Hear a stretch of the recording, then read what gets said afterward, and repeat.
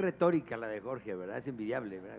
Todos quisiéramos tener esa capacidad retórica, pero es que Medellín seduce, nada más aclaro, ¿no?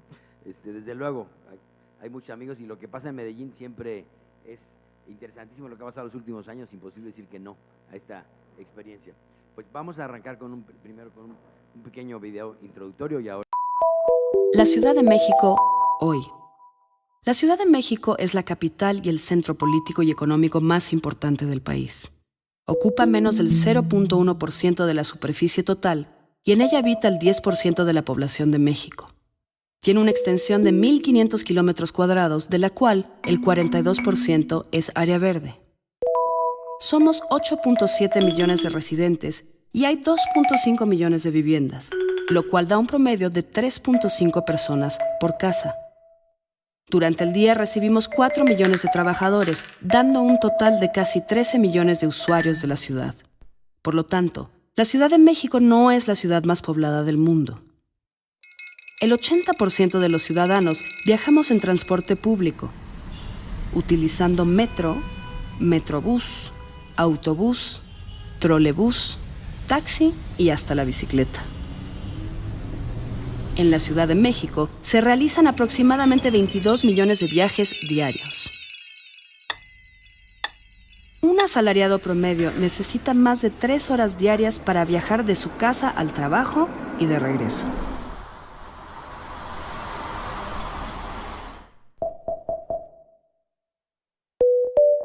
Por eso, estamos trabajando en acortar las distancias para disfrutar de un espacio público de calidad y mejorar las condiciones urbanas.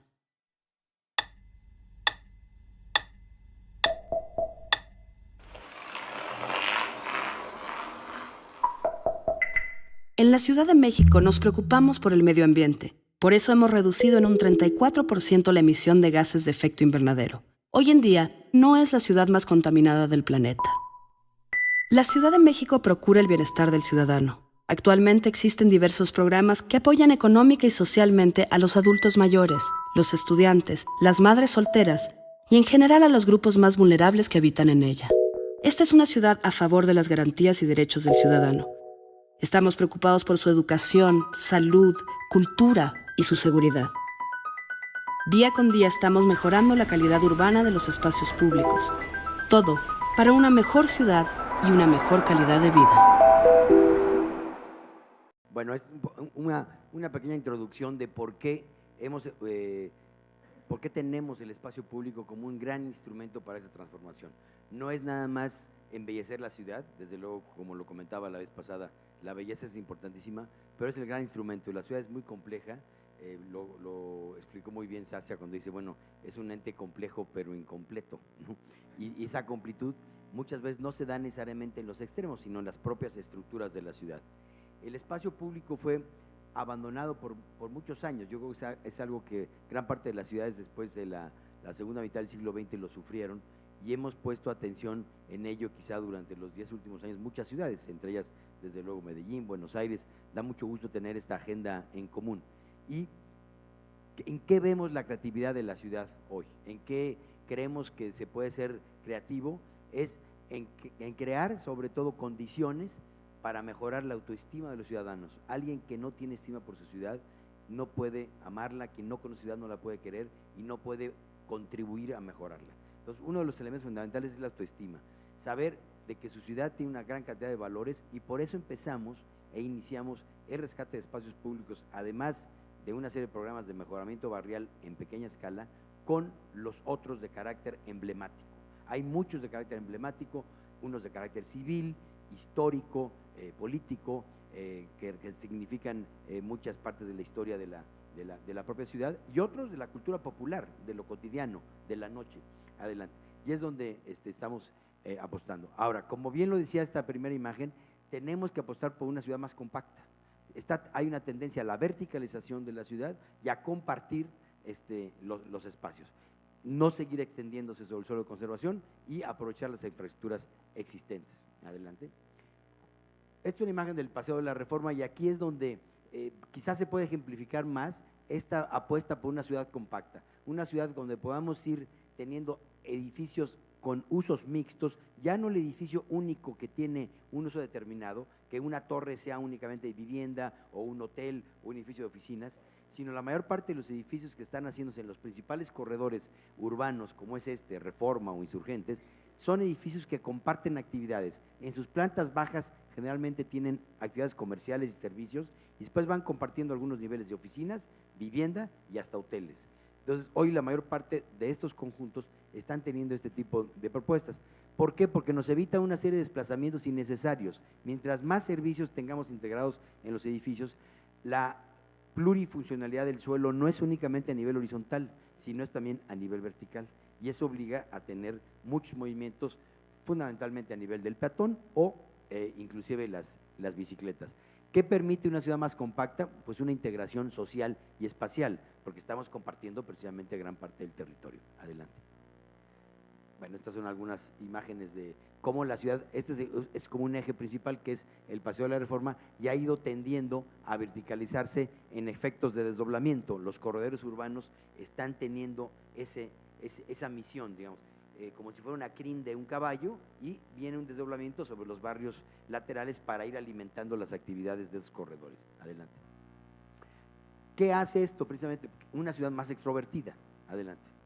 ¿Y qué queremos con la ciudad extrovertida? Lo que comentábamos también, salir a la calle, utilizarla de día, de noche, y hacer muchas de las actividades precisamente en la calle. Quienes durante las décadas de 80 y 90, fundamentalmente la gente se quedaba en casa, no salía, inclusive los domingos que son los días que generalmente se salía más para recrear y para convivir, la gente se quedaba en casa viendo televisión, o es la época que cayeron la actividad del cine y de los teatros, y el cine se veía fundamentalmente en casa.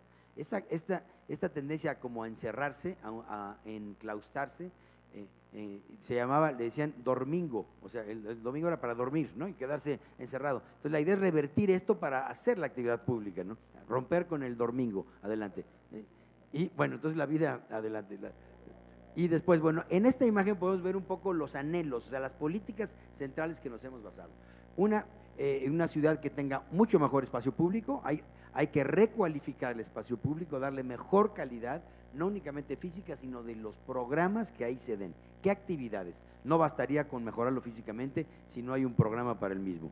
Mejorar toda la actividad peatonal, hay un trabajo intenso de las cebras, de los cruceros peatonales, eliminando barreras. Aquí hay un trabajo muy intenso con diversas asociaciones de personas con discapacidad, que le llaman libre acceso, que ellos nos sancionan, gran parte de las obras que hacemos son sancionadas y dictaminadas por esta asociación, donde nos revisan las pendientes, las características, los pavimentos, la accesibilidad a los sistemas de transporte, que es toda esta accesibilidad universal. La presencia de las bicicletas, ciclovías, ¿no? Que cada vez hay más, se han incrementado bastante las ciclovías durante ese periodo. El BRT, el transporte público, sobre todo a nivel de superficie, que es mucho más agradable porque se va viendo la ciudad, ¿no? O sea, no es que el metro no es importante, se está haciendo una línea muy grande del metro, pero siempre la relación con la ciudad y el derecho al paisaje. Y los usos mixtos de los edificios, como decía, los usos mixtos y las plantas bajas activas. Adelante. Queda eso, una ciudad que se comparte y es extrovertida, automáticamente es una ciudad más segura. Es una ciudad, mientras más ciudadanos estemos en la calle, más segura vamos a hacer la ciudad. Adelante. Y ¿cómo se comparte? Pues se comparte de diversas formas, ¿no? Las personas con discapacidad o los adultos mayores, las personas mayores, los niños, las mascotas. La idea es todo esto que quedaba generalmente cerrado en el patio de la casa, en la vecindad, en el barrio, sale. Y además llegan a los sitios de la estructura central de la ciudad muchos habitantes de la periferia y de extremos de la ciudad. Ahí convergen, es un punto de convergencia y de tejido social importantísimo. Una ciudad más compartida, adelante. ¿Y qué acciones en términos generales? Vivienda nueva o la vivienda renovada en las partes centrales.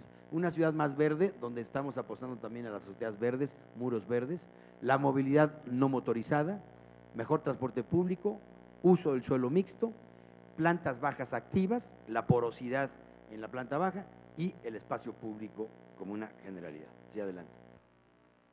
Los 8 ejes que son vida pública, movilidad, reactivación del suelo, vivienda plural, medio ambiente urbano, que es una noción de esta nueva naturaleza, la nueva naturaleza urbana, que está ligada precisamente con la vegetación, con el medio ambiente, la construcción colectiva, la iniciativa participativa. Ya no corresponde únicamente al Estado ni a los principales actores o digamos o algunos actores de la sociedad hacerla, sino en un conjunto. ¿Qué participaciones tenemos, no? Las organizaciones sociales, las organizaciones empresariales, los actores económicos, los vecinos, la participación comunitaria y la autoridad, que cada vez queremos borrar más este nombre, ¿no? Más bien como establecer los consensos, ¿no? Es quien convoca a establecer diálogos entre las diferentes partes. Hay una reacción ya cada vez más clara por parte de la sociedad de rechazo a las imposiciones. Entonces, gran parte de las cuestiones se hacen por medio de los consensos, hecho que lleva mucho más tiempo, pero después legitima estas transformaciones y que nos lleva a una ciudad más segura. Adelante. La vida pública, dinámica y actividades compartidas, espacios de encuentro, actividades las 24 horas o la mayor que se pueda extender. Hay muchos servicios que durante las 24 horas están abiertos, eso también ayuda a tener una ciudad mucho más dinámica, ¿no? Y la construcción de una sociedad en ese sentido. Adelante. Muchas de las obras van encaminadas a esto. El alumbrado público ha sido uno de los puntos fundamentales, ¿no? Iluminar la ciudad de noche y también abrir durante algunos días de la semana, tener lo que se llaman ventas nocturnas o las noches del comercio, ¿no? Para activar también este tipo de vida. Y la venta nocturna es algo que cada vez lo hacen más los almacenes. Adelante. Y que se pase de noche. Además tenemos un clima muy favorable. La verdad que la Ciudad de México tiene una temperatura no tan buena como Medellín en ese sentido, ¿no? Durante el invierno baja la temperatura, pero tenemos una temperatura media que durante la noche simplemente uno se abriga un poco, pero no es una situación de extremo. Y tenemos adelante una tradición del espacio abierto, de estar al espacio abierto, de la tradición mesoamericana del uso del espacio abierto. Y la seguridad y la vida nocturna tiene que ver también con la iluminación, proponer que muchos de los edificios puedan ser como lámparas, ¿no? O sea, que puedan ser lámparas, porque esto precisamente, además de animar la ciudad, brinda seguridad. Adelante. ¿No? Y la activación de la vida nocturna, esto es Garibaldi, ya les mencionaba la vez pasada, que pasó de ser una zona emblemática de la ciudad insegura a ser hoy un atractivo de la vida nocturna de la ciudad y de los referentes culturales identitarios que dan identidad. Adelante. Y también de día, o sea, este es un museo que se hizo ahí, es un museo que expresa la cultura del tequila, del mezcal, del mariachi, para que acudan los jóvenes, que acudan los niños, que se acudan de otra forma, no únicamente durante la noche. Adelante. Es la vida nocturna, es la Plaza Garibaldi, con corredores peatonales, pero activando precisamente la vida nocturna, iluminando los edificios. Adelante. Bueno, movilidad accesible, la proximidad de los usos, establecer toda una serie de redes para la proximidad de los usos, donde generar una cultura de dónde están las estaciones del metro, del metrobús, las bicicletas, aumentar la oferta de movilidad. Y esto tiene que ver con el mejoramiento de los andenes, de las aceras, ¿no? Sistemas sustentables, en el sentido que la mayor parte de los nuevos autobuses son de tecnología, son híbridos, son de tecnología Euro 5, son de gas natural, o son bicicletas, o son eléctricos. Una movilidad eficiente, equitativa y sustentable, y que sea amable, ¿no? El que va en una bicicleta va sonriendo, ¿no? Y esto es algo que nos ha ayudado mucho a abatir adelante, ¿no? El problema de congestión. Aquí ponemos un ejemplo. La movilidad no es únicamente un problema de movilidad, es un problema que tiene que ver con espacio público y con la visibilidad de la calle y la percepción que se tiene sobre el espacio público. Pongo un ejemplo de lo que pasa con un metrobús. Aquí hay 126 automóviles. La mayor parte de los viajes en la Ciudad de México se hacen un pasajero por vehículo. Y un pasajero por vehículo, bueno, es el crimen de sustentabilidad mayor. Pero más allá de los efectos ambientales, los efectos psicoperceptivos de la ciudad. Ver una acera, ver una calle llena de autos, es una barrera física que uno no ve la acera de enfrente y es tan agresiva la presencia de estos vehículos que no se ve la arquitectura, no se ve los otros ciudadanos y hay una sensación de rechazo frente a la ciudad. ¿Qué pasa si estos 26 les quitamos esa carrocería? Adelante. bueno, quedan aquí, son estos, ¿no? Fíjense nada más el egoísmo de quien utiliza el auto particular para desplazamientos menores. Ahora, si estos 126 los reunimos en un punto, adelante, son esos nada más, y esos 126 nos están privatizando y haciendo un uso indebido del espacio público. Entonces, para nosotros la calle es fundamental en ese sentido. Ahora, los vamos a empacar, la que sigue si es tan amable. Entonces aquí ya los empacamos y cupiaron ahí. ¿Y qué nos dejaron? Nos dejaron precisamente libre y poder ver la acera de enfrente, ver la arquitectura, ¿no? Y ver todo. Esto es fundamental. Entonces, en eso estamos trabajando para aumentar las líneas de transporte, generar una conciencia de lo que es la calle y ordenarlo por otros sistemas. Adelante, ¿no? Aquí lo podemos ver. Entonces, eso nos permite ensanchar las aceras, hacer más amplios los senderos peatonales, plantar elementos vegetales como estas bellísimas palmeras y ordenar el transporte, no estacionarse y únicamente van a ir circulando por los lugares que deben hacerlo. Esto es algo que se ha hecho en los últimos 3 o 4 años y estamos sorprendidos de la conciencia que se ha generado en el usuario, adelante, en el ciudadano. O cerrar calles como estas en el centro únicamente para el transporte público y para los peatones. No hay paso para los vehículos particulares. Es una calle donde únicamente pasan, y son varias calles en el centro, donde se puede apreciar además la riqueza patrimonial, está saturada de peatones y transporte público. Entonces ya hay una reacción de que no, al centro ya no voy en auto, no, me voy en transporte público, porque además es un transporte público de calidad, de última generación a nivel tecnológico, adelante, ¿sí? Y activar, como les hemos dicho, lo más que se pueda precisamente la peatonización. La peatonización también, hay muchas distancias que indebidamente las empezamos a hacer antes en los vehículos. Hoy realmente nuestro gran enemigo es la cogestión, no únicamente por el tiempo que le dedicamos a movernos, sino por la calidad de los desplazamientos. Adelante.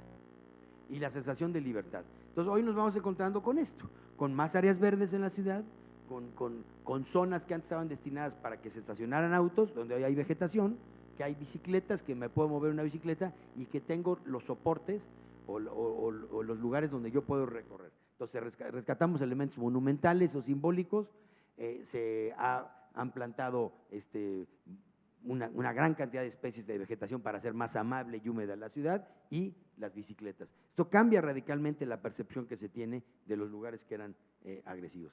Los paseos nocturnos, como se hacen también aquí en varios lugares, en Quito, hoy lo vamos a hacer, ya tenemos una serie de prácticas que compartimos, ¿no? Que comparte Quito, que comparte Buenos Aires, que comparte Medellín, Bogotá, ya es parte de la agenda mundial de las ciudades que están en esta transformación. Adelante. Y los taxis, los taxis de bicicleta. Esto, en el centro de la ciudad encontramos estos taxis que también ocupan menos área. Si ya no, quien llega a un extremo de la ciudad y dejó su auto o llegó en transporte público a una estación del metro y quiere hacer un recorrido corto de unas 3 o 4 calles y lleva cargo algo, están estos taxis que se han puesto. Por eso se le ha puesto esto de capital en movimiento, es cómo la ciudad se puede activar, ¿no? Hagan de cuenta que teníamos un vaso con agua estancada y le pusimos una efervescencia, ¿no? Le pusimos una pastilla de efervescencia y empezó a efervecer todo, ¿no? Adelante. Las bicicletas públicas, que hoy estamos llegando a 4,000 bicicletas públicas ya en la parte plana de la ciudad y cada vez con mayor demanda, y algo que en un principio era rechazado, hoy es aspiracional. Esto es fundamental, se ha convertido en un elemento aspiracional. Entonces uno ve muchos ejecutivos y personas que hacen traslados, ya no únicamente es la bicicleta que siempre ha estado presente en la ciudad para una serie de usos de servicios, sino para el desplazamiento, la movilidad. Adelante. Revitalización del suelo. Bueno, ¿cómo hemos ido revitalizando el suelo? Nos va a concentrar los servicios, como les he dicho, el modelo mixto, ¿no? Y un reciclamiento del patrimonio. Adelante, adelante. Tenemos, en esa transformación también de la economía de la ciudad, tenemos mucho suelo urbano disponible en la parte central. Con la idea de no extenderlo, hay muchas fábricas o viejos almacenes con estas características que son zonas abandonadas y que producen inseguridad. Adelante. Como todas estas, no hay ciudad que esté ajena a eso, sobre todo con el cambio de los modelos de producción, ¿no? La Ciudad de México vive de los servicios, adelante, y entonces hemos rescatado también elementos patrimoniales, es reciclar el suelo en esos casos, pero también reciclar elementos simbólicos que dan valor a los barrios. Es un barrio muy popular, se llama Santa María la Ribera, que cuenta con este maravilloso kiosco, que es un kiosco morisco. Esto fue producto de un pabellón de México. Imagínense, representó a México, es parte del sincretismo, un kiosco morisco. Bueno, tenemos influencia árabe, desde luego, pero no para que nos pongan en una exposición internacional. Entonces, en una exposición en Nueva Orleans llevamos esto. De México no tiene nada, pero bueno, ya cuando lo trajeron, lo hemos puesto ahí y es un kiosco bellísimo, además, adelante. Y le da identidad a todo este barrio. Es un barrio muy popular, pero el kiosco es su gran elemento de identidad y es el punto de confluencia. Entonces, y rehabilitar las fuentes y los pavimentos y todo lo que conlleva el mobiliario de la Alameda. Adelante. Es un lugar bellísimo, ¿no? Y es un punto de confluencia. Medio ambiente urbano, esto es lo que se ha modificado muchísimo, porque el medio ambiente se entiende siempre como una barrera, ¿no? Ahí están los bosques, ahí están las áreas protegidas y eso es lo construido. No, ¿cómo combinamos cada vez más lo verde con lo urbano? O sea, están ligados, adelante, ¿no? Incorporar esto que estamos trabajando mucho, las azoteas verdes, ¿no? Hay una serie de incentivos, como decía, pero que sean azoteas en algunas con producción, o sea, que pueden tener como hortalizas, y en otras simplemente ornamentales. Pero esto ayuda muchísimo contra el cambio climático, además de que embellece gran parte de las azoteas que en su mayoría son planas en la Ciudad de México. No tenemos que hacer las altanas como en Venecia, que tienes que hacer ajustes a los tejados, sino la mayor parte son planas, adelante. Y nos dan precisamente una referencia de vistas y de panorámicas mucho más democráticas, adelante. Y otro ejemplo que no tiene que ver también con un uso racional del automóvil son los parquímetros, que esto tiene que ver también con el medio ambiente urbano. No es nada más un fin recaudatorio, sino es ordenar lo que sucede con la saturación y la congestión de vehículos. Los vehículos siempre van siendo elementos, obstáculos y barreras para quien cruza, para el peatón. Entonces pasamos de estas escenas, adelante, a esto, a un ordenamiento. Se han puesto los parquímetros y ayudan en la movilidad. Es ordenar la vía pública, ordenar la calle al peatón, darle certeza al peatón, propiciar áreas verdes, ordenar los vehículos en los lugares donde se tienen que colocar y mejorar la imagen de la ciudad. Adelante. Pasamos de esto, por ejemplo, de la saturación, estacionados permanentemente y hasta en las aceras en muchas ocasiones, adelante, a esto cuando están ya definidos los cajones. Entonces ha aumentado la movilidad y se ha hecho un uso más racional del automóvil. Eso lo hicimos ya en varias zonas. Esa es Polanco, que es una zona de una intensa actividad, y la movilidad se modificó radicalmente. Pero además de la movilidad, el no estar dando vueltas los autos para buscar un cajón de estacionamiento, sino quien ya comparte el auto para llegar a su destino o utiliza más el transporte público o camina. Adelante. Entonces pasamos de estas escenas, que eran recurrentes, dobles filas, terceras filas, se le dejaba a alguna persona ahí las llaves, cuídame el auto, adelante, a esto, ¿no? Entonces son procesos de educar en diferentes planos, en diferentes capas y sectores de la sociedad, adelante. Con este tipo de elementos, el parquímetro, el multiespacio, la gente se va educando, todo con las reacciones que comentaba yo la ocasión anterior, adelante. Y después la iniciativa participativa, ¿no? El uso de las economías locales, ¿no? La participación de diferentes actores y nuevos modelos de financiamiento para la ciudad. Entonces, tenemos esto que lo había yo comentado ya, de unas viejas estructuras de vías férreas, se convierte en una ciclovía y en andadores, obligando a quienes hacen estos desarrollos a que lo hagan. Esto no está pagado por la alcaldía ni son recursos públicos. Se obliga a quien hace estos desarrollos, se hace una tarifa en relación al número de metros cuadrados y se le obliga a hacer mejoras de carácter urbano y de infraestructura considerable. Adelante. Esta era la imagen anterior. Esto es como estaba, un poco ahorita si quieres. Este era el estado anterior. Adelante. Entonces, perdón, si puedes pasar al anterior. Y así quedó.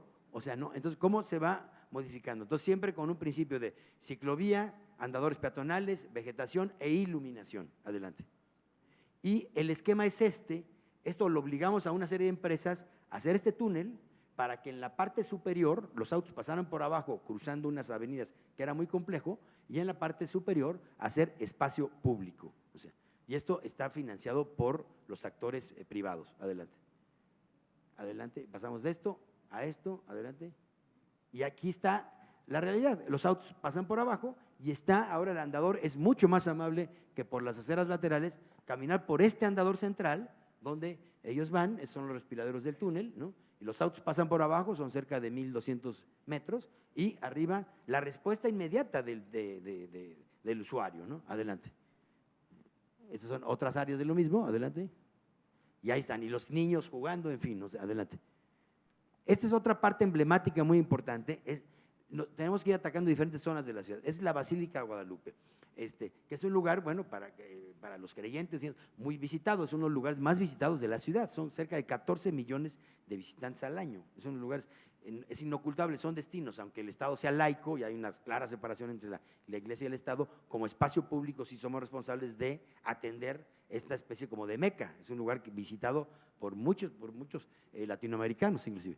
¿Y qué teníamos? Todo esto con una invasión de ambulantes, estamos trabajando en el exterior, no en la parte interna, le corresponde a la iglesia, pero lo que sí le corresponde a la ciudad es ordenar todo lo que se conoce como el exterior. Con el mismo principio, pasar los autos por abajo y generar estos andadores o calzadas como una rambla de acceso para los millones de visitantes que ahí llegan. Adelante. Entonces, se encontraba uno con una serie de obstáculos, con una serie de puentes. Aquí hay una anécdota genial. Este es un puente que hicieron una vez cuando fue Juan Pablo II a visitar la Ciudad de México y le llamaban el puente papal, que era un puente, con todo respeto, pésimo, ¿no? Una cosa dramática, ¿no? Y cuando lo empezamos a demoler, bueno, el primer día que empezamos ahí con la picota, por poco nos cuelgan de herejes, de no sé qué, que estamos quitando el puente. Y llegaban los creyentes a recoger las piececitas como el muro de Berlín. Yo dije, ya sé cómo vamos a financiarlo, vamos a hacer unas bolsitas y venderle un cachito del puente papal para que no se lo llevaran, ¿no? No, así, en añejos, no en escombro, ¿no? Adelante. Bueno, entonces de esto pasamos a esta claridad, o sea, de algo que era como oscuro y todo tenebroso, parece que entraba uno a la Santa Inquisición, ¿no? Entonces ahora uno puede, con estos accesos naturales, con rampas, le hemos apostado por eso mismo de la asesoría con de personas con discapacidad, todos son rampas, le hemos apostado todo con rampas, eliminar barreras al máximo, una continuidad y fluido, los autos pasan por abajo y aquí donde había una gran cantidad de vendedores ambulantes, vendedores de calle, estamos haciendo unos locales que tienen una cubierta verde, adelante, y lo van. De esto era la calle, o sea, imagínense, entonces estaba inundado precisamente de puros vendedores ambulantes vendiendo recuerdos religiosos y una serie de elementos, y eso es donde está pasando ahora atrás, es que está un poquito el orden, no más para que lo vean, aquí pasan ahora, era eso, y aquí están pasando ahora los autos, adelante, y esto, adelante, se han ordenado todos los locales, entonces se formaliza una serie de cuestiones que también depende porque hay quienes lucran con la miseria, eso hay que decirlo, hay quienes lucran con la pobreza,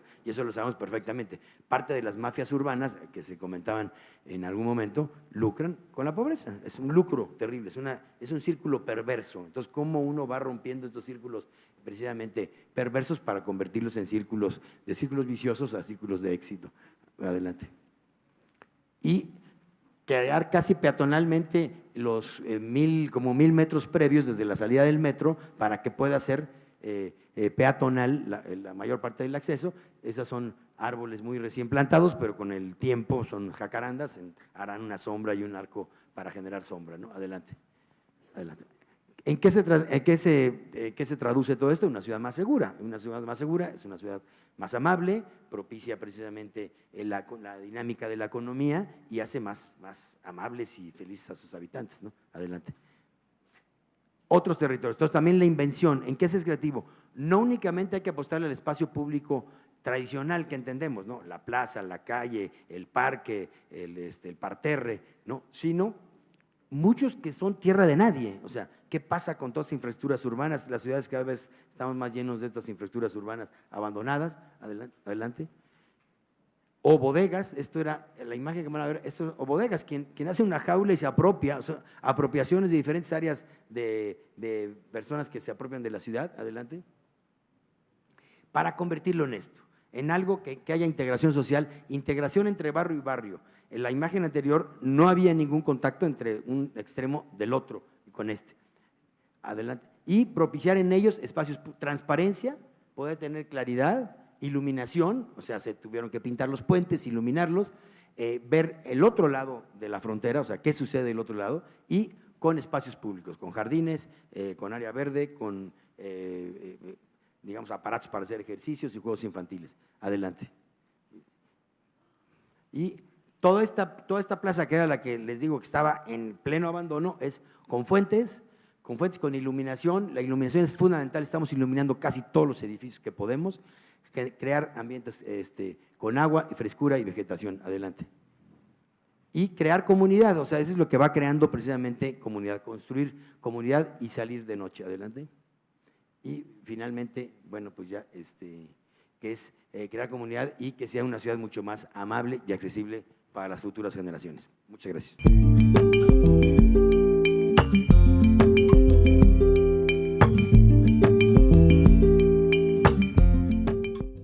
Listo. A mí me preocupa mucho el tema de la memoria histórica de los territorios y de la memoria de los habitantes de esos espacios. En este momento en Manizales estamos viviendo también un proyecto de transformación urbana bastante grande en el que ha sido poco el consenso con los habitantes y poco el trabajo social, y queda como en el tintero el hecho de, bueno, ¿qué va a pasar con esa memoria en ese espacio, con un territorio que ha sido prácticamente historia de la ciudad? ¿Y cómo hacer para compaginar esas dos cosas? ¿Cómo hacer para hacer arquitectura, para renovar espacios que son necesarios, pero para mantener también una memoria de espacio? Bueno, trataré de ser concreto. Me gustó mucho la exposición sobre inclusión en la participación de desarrollo urbano en la ciudad. Sin embargo, no se mencionaron los corregimientos. Quisiera saber cómo se está pensando ese desarrollo de Medellín hacia estas nuevas zonas de expansión urbana y no solamente pues en la construcción de viviendas, sino en la inclusión participativa de las comunidades. Corregimientos son zonas rurales, son las zonas urbanas rurales. Medellín se divide en 16 comunas urbanas y 5 corregimientos: Santa Elena, San Cristóbal, Altavista, San Antonio de Prado y Palmitas. Bueno, los consensos existen desde, como empezamos a trabajar sobre todo con espacios emblemáticos y lugares que estaban en abandono.